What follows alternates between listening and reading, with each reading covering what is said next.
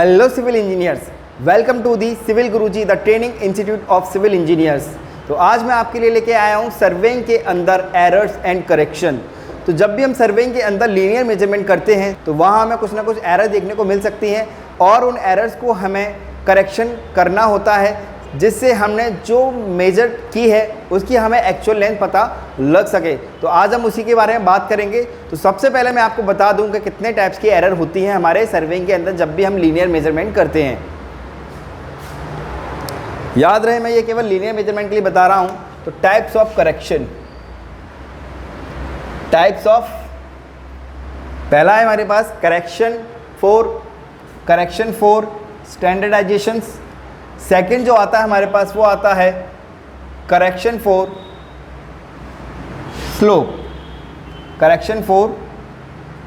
Slope, next जो आता है हमारे पास थर्ड नंबर पे वो आता है करेक्शन फॉर टेम्परेचर।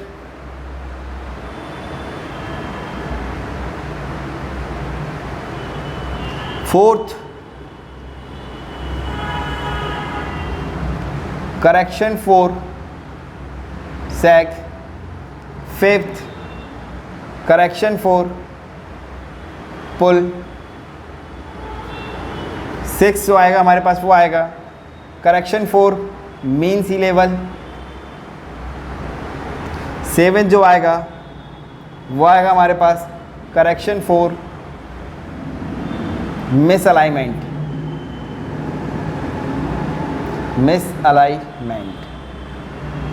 इतने टाइप की हमारी करेक्शन होती हैं। तो इसमें हम सबसे पहले डिस्क्राइब करेंगे करेक्शन फॉर स्टैंडर्डाइजेशंस। तो इसमें क्या होता है कि जो भी हमारी इसके अंदर, ये मैं आपको पहले बता दूं, ये जो दो हमारे मेजरमेंट होते हैं ये हमारे चेन से होते हैं। किससे होते हैं? चेन सर्वे के अंदर आते हैं। तो जब भी हम चेन के से सर्वे करते हैं तो इसमें जो भी स्टैंडर्डाइजेशन आता है वो हमारा चेन किसका बना होता है? तो हमारा चेन बना होता है मेटल का। किसका बना होता है? मेटल का। तो मेटल के ऊपर टेम्परेचर का इफेक्ट पड़ता है। गर्मी पड़ने पर वो एक्सपेंड हो जाता है, सर्दी पड़ने पर वो श्रिंक हो जाता है। तो ठीक वैसा ही इफेक्ट हमारी चेन के ऊपर भी देखने को मिल सकता है कि वो एक्सपेंड भी हो सकती है और श्रिंक भी हो सकती है। तो जब हम चेन से अपना मेजरमेंट लेके आएंगे ग्राउंड पर तो हो सकता है वो कुछ ज़्यादा मिले या कुछ कम मिले, लेकिन वो वैल्यू हमें गलत शो करेगा। एग्जाम्पल, अगर मैं बात करूँ 20 मीटर चेन की, मेरे पास एक 20 मीटर की चेन है जिसे मैंने मेजरमेंट किया। जब मैं उसे मेजरमेंट ग्राउंड पर करके लेके आया तो मैंने यहाँ से, मुझे इस पॉइंट की डिस्टेंस मेजर करनी थी। ये दो पॉइंट मैं ले लेता हूँ, यहाँ पर ए और यहाँ पर बी। ये ए पॉइंट है, ये बी पॉइंट है।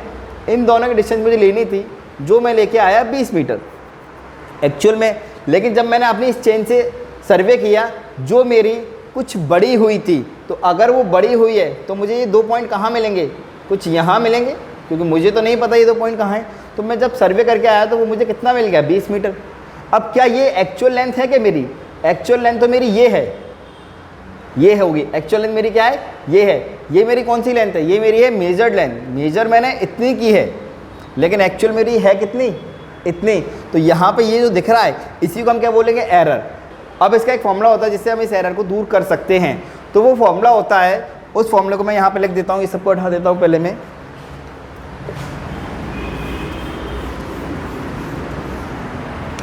वो फॉर्मूला होता है हमारे पास करेक्शन, सैग करेक्शन, ऐसे लिख लेते हैं यहाँ पे, correction for standardisations equal to actual length into measured length upon nominal length. इस फॉर्मूले से हमारे अंदर, उसके अंदर करेक्शन आ सकती है। कैसे आएगी? मैं एक एग्जांपल ले लेता हूँ। सपोज मेरे पास एक 20 मीटर की चेन है जिससे मैं सर्वे करके आया ग्राउंड पर, और मैंने देखा कि मैंने 400 मीटर की लेंथ मेजर कर ली है। कितनी मेजर कर ली है? 400 मीटर। तो ये मेरी मेजर्ड लेंथ हो गई। ये मेरी 20 मीटर की चेन है तो इसकी ये नॉमिनल लेंथ हो जाएगी। लेकिन जब मैं वापस सर्वे करके आया और मैंने एक चेन की लेंथ को मेज़र किया तो मुझे पता लगा कि वो 10 सेंटीमीटर बढ़ चुकी है। 10 सेंटीमीटर एक्सपेंड हो गई है। कितनी हो गई? 10 सेंटीमीटर एक्सपेंड हो गई है। अगर वो एक्सपेंड हो गई है तो एक्चुअल में मेरे चेन की जो लेंथ है वो 20 मीटर ना होकर कितनी होने वाली है? एक चेन की, इसमें कितना हो जाएगा? 0.1 ओवरऑल। ये जो 10 सेंटीमीटर पूरी ओवरऑल चेन पे बढ़ा हुआ है। तो यहाँ पर मुझे पता लगा कि 20 मीटर की चेन एक्चुअल में 10 सेंटीमीटर बढ़ चुकी है, और बढ़ने पर वो कितना एक्सपेंड हो गई है, 0.1 मीटर। कितना हो गई है यहाँ पर, 0.1 मीटर। तो जो मेरी चेन है अब उसकी एक्चुअल लेंथ कितनी होने वाली है, 20.1 इतनी हो जाएगी एक्चुअल लेंथ। एक्चुअल में मेरे पास है इतनी, लेकिन नॉमिनल होनी कितनी चाहिए थी, इतनी होनी चाहिए थी, क्योंकि उसके ऊपर पिंड कितने का है, 20 मीटर का है, लेकिन एक्चुअल वो है कितनी, 20.1 की। मेजर मैं इतना करके आया, इतनी इसके अंदर एक्सपेंडेशन देखा था मैंने। तो अब मुझे पता करना है कि मेरी जो करेक्ट लेंथ है वो कितनी होगी, क्योंकि मैं मेजर तो ये 400 करके आ गया हूँ ना, लेकिन वो एक्चुअल में 400 तो होगी नहीं। तो कैसे पता करेंगे यहाँ पर करेक्शन। तो ये है हमारे पास एक्चुअल लेंथ कितना है, 20.1 इंटू मेजर लेंथ मेरे पास कितनी है यहाँ पर 400, और नॉमिनल लेंथ कितनी है मेरे पास यहाँ पर 20। जब मैं इसे कट करूँगा तो 20 आएगा, मल्टीप्लाई करूँगा तो कितना आने वाला है, 2 1 जा 2 0, 2 2 जा 4, और यहाँ पर आ जाएगा मेरे पास 0 पॉइंट, यानी कि 402 मीटर। तो एक्चुअल में मैं नाप के आया 400 मीटर, लेकिन वो एक्चुअल में थी कितनी, 402 मीटर। तो यहाँ से मुझे पता लगता है कि मैं उस एरर को कैसे करेक्ट कर सकता हूँ। जब हम एरर को करेक्ट कर देते हैं उसी चीज़ को हम बोलते हैं करेक्शन। अगर ये चीज़ समझ में आ गई तो मैं आगे बढ़ता हूँ। नेक्स्ट जो है मेरे पास वो है correction for slope. Correction for slope, अगर हम बात करें करेक्शन फॉर स्लोप, तो ये कैसे आता है कि मुझे ये 2 पॉइंट हैं यहाँ पर A और B, तो मुझे मेजर करके ये आने थे, लेकिन मैं ग्राउंड पर गया तो ग्राउंड में थोड़ा सा स्लोप था। तो स्लोप जब होने के कारण मैंने उसे मेजर क्या कर लिया, ये वाला मेजर कर लिया। तो इस मेजर करने से क्या हुआ कि ये जो लेंथ आएगी मेरी AB डैश वाली, ये कुछ बड़ी हुई आएगी। तो जब ये बड़ी हुई आएगी तो जो मुझे मेजर करना था वो चीज़ मुझे नहीं मिली। तो इस चीज़ को दूर करने के लिए भी हमारे पास फॉर्मूला होता है। तो पहला फॉर्मूला होता है एंगल पे बेस्ड, कि अगर मुझे इनके बीच का एंगल दिया हो थीटा, तो मैं कैसे एरर कर सकता, कैसे इसको दूर कर सकता हूँ। तो -L into 1 minus cos theta. मैंने माइनस क्यों लिखा है यहाँ पर, क्योंकि ऑलवेज स्लोप करेक्शन हमारा नेगेटिव ही होता है। क्यों, क्योंकि इसमें मेजर लेंथ ऑलवेज बड़ी आएगी और एक्चुअल लेंथ कम आएगी। तो मुझे बड़ी वैल्यू से छोटी वैल्यू में जाना है तो माइनस करना पड़ेगा। तो यहाँ पे भी हमारा करेक्शन कैसा होने वाला है, नेगेटिव, इसलिए इसका फॉर्मूला भी बनेगा -L 1 माइनस कॉस थीटा। साथ ही साथ एक चीज़ और हमें याद रखनी है कि अगर हमारे थीटा की वैल्यू 30 डिग्री से कम है या 30 डिग्री के बराबर है, तो उसके अंदर हम स्लोप का एरर मेज़र नहीं करते हैं, यानी हम उस ग्राउंड को फ्लैट मान सकते हैं। अगर हमारे पास एंगल नहीं दिया है तो हमें हो सकता है कि हमें हाइट दे दी जाए उसकी, कि कितनी हाइट है, तो उस हाइट से भी हम पता कर सकते हैं इसमें कितनी एरर आ सकती है या कितना हमें इसको करेक्शन करना है। तो उसका फॉर्मूला बनेगा -h²/2l। तो इस फॉर्मूले की मदद से भी हम उसके अंदर एरर फाइंड आउट कर सकते हैं और करेक्शन भी इसी से लगता है। तो आप इसे अप्लाई करके देख सकते हैं कोई भी एक न्यूमेरिकल लेकर। अगर आपको लगता है कि मैं इन सब के न्यूमेरिकल करवाऊँ तो आप मुझे कमेंट करके बताइए, तो मैं नेक्स्ट वीडियो इन्हीं सब के न्यूमेरिकल्स के ऊपर लेकर आऊँगा। लेकिन आज मैं आपको ज़्यादा न्यूमेरिकल्स नहीं कराऊँगा, केवल और केवल यही बताऊँगा करेक्शन कितने टाइप की होती है और उन्हें कैसे हम करेक्ट कर सकते हैं। ठीक है, तो नेक्स्ट टॉपिक पर आते हैं। तो नेक्स्ट करेक्शन की बात करते हैं, तो वो है हमारे पास करेक्शन फॉर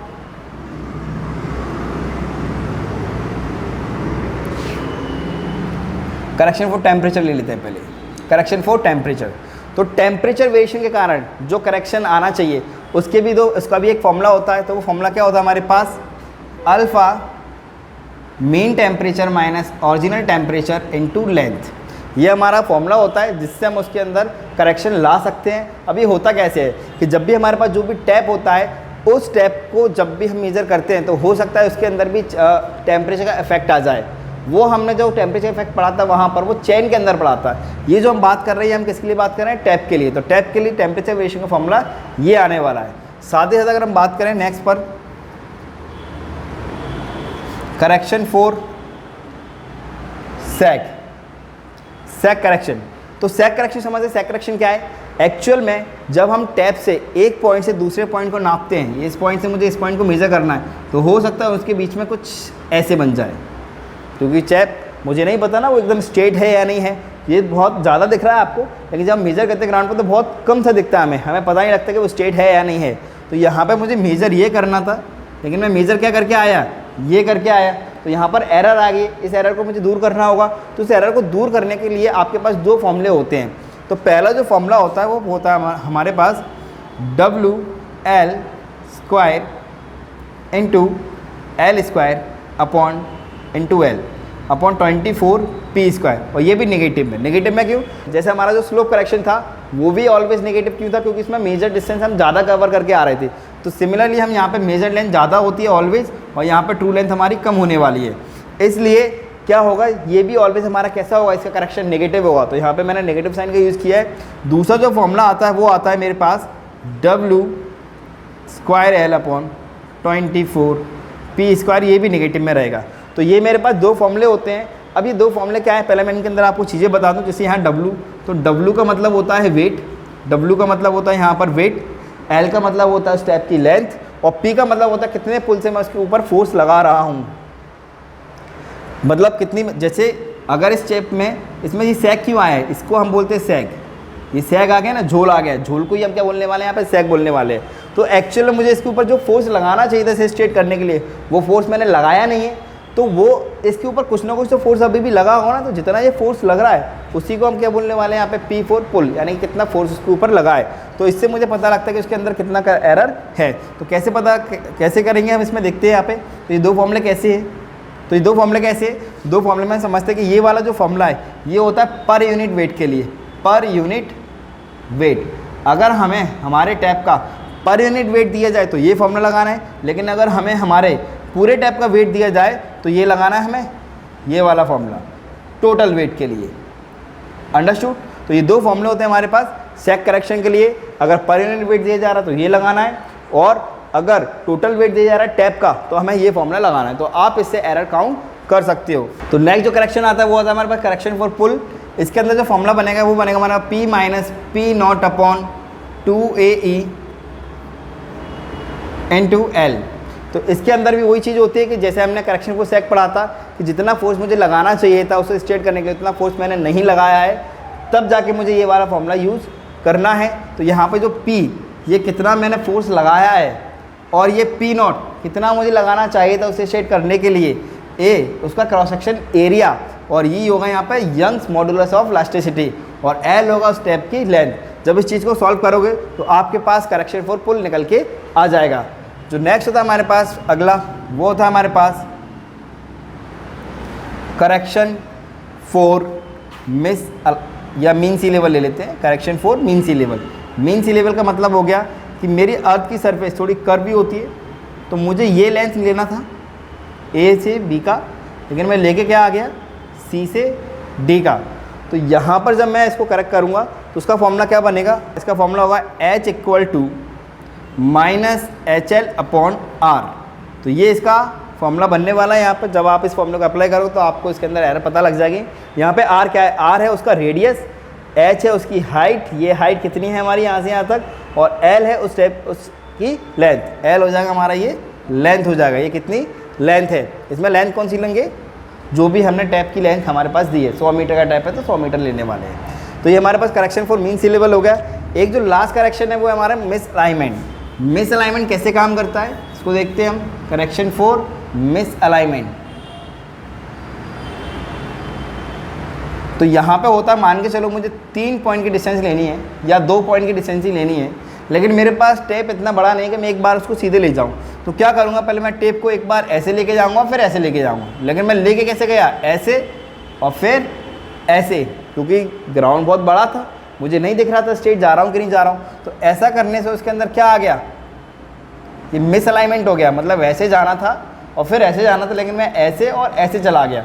तो इस वाले करेक्शन को बोलते हैं हम करेक्शन फॉर मिस अलाइनमेंट। तो इसका फॉर्मूला क्या बनेगा, इसका फॉर्मूला बनेगा हमारे, तो ये है हमारे पास L1 L2 H। तो इसका फॉर्मूला बनेगा हमारे पास रूट के अंदर L1 का स्क्वायर माइनस H का स्क्वायर प्लस रूट के अंदर L2 का स्क्वायर प्लस H का square bracket close minus L1 plus L2। तो इस फॉर्मूले की मदद से आप इस एरर को भी दूर कर सकते हो। तो आज जो हमने पढ़ा मैं आपको एक बार और रिकॉल कर देता हूँ। सबसे पहले हमने पढ़ा था करेक्शन फॉर स्टैंडर्डाइजेशंस, जिसके अंदर हमें होता है कि हमारी जो चेन होती है वो या तो श्रिंक हो सकती है या एक्सपेंड हो सकती है। तो उसकी वजह से जो एरर आती है उसे हमें दूर करना होता है। फिर हमने पढ़ा था करेक्शन फॉर स्लोप, उसके अंदर हमने देखा था कि अगर हमें जो मेजर करनी थी डिस्टेंस, उससे हमने कुछ स्लोप पे मेजर कर ली है। तो अगर हमें एंगल दिया हो तो हम एंगल का फॉर्मूला लगाएंगे, लेकिन अगर हमें एंगल नहीं दिया तो हम उसमें हाइट का फॉर्मूला लगाएंगे। थर्ड नंबर पे जो हमको दिया था वो दिया था करेक्शन फॉर टेम्परेचर। तो टेम्परेचर के अंदर टेम्परेचर वेरिएशन के कारण जो एरर आती है उसको हम बोलते हैं करेक्शन फॉर टेम्परेचर। इसका भी मैंने आपको फॉर्मूला बताया था, अल्फ़ा ब्रैकेट के अंदर T - T not into L, ठीक है। फिर नेक्स्ट जो 4th नंबर का जो हमारे पास आया था वो आया था हमारे पास correction for sag, correction for sag. तो करेक्शन फॉर सैग के अंदर हमने देखा था कि वो उसके अंदर थोड़ा सैग आ गया था, झोल आ गया था, तो जिसके कारण उसके अंदर क्या हुआ था, उसके अंदर एरर आ गई थी। तो वो एरर हम 2 टाइप से दूर करते हैं, अगर हमें यूनिट वेट दिया तो उसका अलग फॉर्मूला है, और अगर पूरा वेट दिया है, कंप्लीट वेट दिया तो उसका अलग फॉर्मूला है। 2 फॉर्मूले मैंने आपको उसके अंदर लिखवाए थे। 5th नंबर पर जो हमारे पास आया था वो आया था हमारे पास करेक्शन फॉर पुल। तो पुल के अंदर क्या होता है, जितना मुझे फोर्स लगाना चाहिए उतना मैंने नहीं लगाया, उसकी वजह से जो एरर आती है उसको मैं बोलता हूँ करेक्शन फॉर पुल। उसका ही मैंने फॉर्मूला आपको बता दिया है। फिर जो मैंने नेक्स्ट पढ़ा था वो पढ़ा था मैंने आपको correction for mean sea level. अगर मीन सी लेवल के रिस्पेक्ट में जो एरर आ रही है तो उसका फॉर्मूला भी मैंने आपको लगा दिया। लास्ट जो था मेरे पास वो था करेक्शन फॉर मिस अलाइनमेंट, तो मिस अलाइनमेंट का ही मैंने फॉर्मूला आपको लिखवा दिया। तो इंजीनियर्स, आज की वीडियो में मैं यहीं तक रखता हूँ। अगर आपको इससे रिलेटेड और वीडियो चाहिए और आप चाहते हो कि मैं इन सभी के न्यूमेरिकल्स करवाऊँ, सवाल करवाऊँ जो आपके एग्जाम में भी आते हैं, या आपसे कोई इंटरव्यू में भी पूछ सकता है कि ये जो करेक्शन होते हैं उनको हम कैसे कंपनसेट करेंगे। अगर आप सर्वेइंग का इंटरव्यू देने जा रहे हो तो आपसे वो पूछ सकता है कि अगर आप कितने टाइप की एरर होती हैं और इन एरर को आप कैसे दूर कर सकते हो। तो ये वीडियो आपके लिए काफ़ी हेल्पफुल रहेगा। और ज़्यादा मैं बता दूँ, ये जो हमारा सिविल गुरुजी है ये हर महीने की 1 तारीख को नया बैच स्टार्ट करता है, जिसमें हम सिविल इंजीनियर्स को ट्रेनिंग प्रोवाइड कराते हैं और उन्हें एक अच्छी से अच्छी जॉब मार्केट में दिलवाते हैं। तो अगर आपको भी इस तरह की ट्रेनिंग ज्वाइन करनी है तो आप ज्वाइन कर सकते हैं। तो अभी कॉल कीजिए 9111001234 पर और पता कीजिए कि आप उस ट्रेनिंग को कैसे ज्वाइन कर सकते हैं। तो मिलते हैं नेक्स्ट वीडियो में, तब तक के लिए बाय बाय।